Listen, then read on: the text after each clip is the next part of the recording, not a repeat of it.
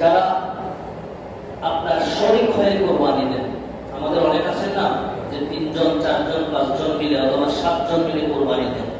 তো এভাবে একটা গরু অথবা উটের মধ্যে 7 জন মানে 7টা নাম দেওয়া যায়, আর ভেড়া ছাগল দুম্বার মধ্যে 1 নাম দেওয়া যায়।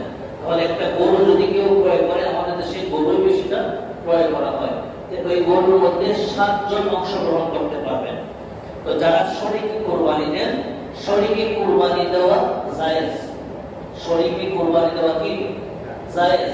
তবে এখানে শর্ত ভিক্ষা বিশ্লেষণ রয়েছে, যে 7 জন অথবা 5 জন কোরবানি দিয়েছেন, 5 জনের মধ্যে অথবা 7 জনের মধ্যে একজনের টাকা যদি হারাম হয়, সুদ ঘুষের টাকা হয়, তাহলে আপনার কোরবানি নস্বাত হয়ে যাবে। এই 7 জনের মধ্যে একজনের ভিতরে যদি থাকে আজকে কোরবানি দিয়েছে এটা মাংস খাওয়ার জন্য, আল্লাহকে খুশি করার জন্য না, তো এটা আপনার কোরবানির মধ্যে কি হয়ে আসবে, ত্রুটি হয়ে আসবে।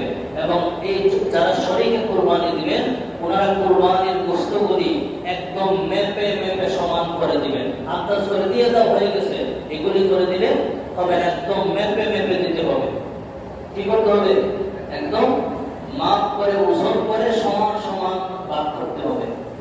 আবার অনেকে আছেন, সেদিন একজন আমাকে বলছে যে হুজুর একসাথে কোরবানি কিনি 5 জন মিলে, দেখা যায় কষ্ট করে একজনে আমাকে সারাদিন পয়সা পয়সা কষ্ট নেই না। আপনার উচিত আপনি যার সাথে কোরবানি দিবেন উনি কি করবেন, কষ্টের মধ্যে শরীক হতে হবে।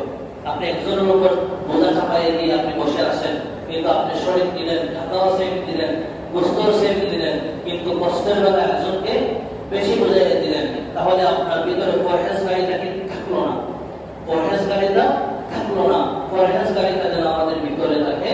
আমরা অবশ্যই আপনার শরীক হয়ে কোরবানি দিতে পারবেন, তবে সতর্ক থাকবেন, কারো এর মধ্যে কারো টাকা যেন হারাম না হয়, কারো যেন হরিশ জন্য দূরে চলে না যায়, তাহলে এই কারণে আপনার কোরবানি বরবাদ হয়।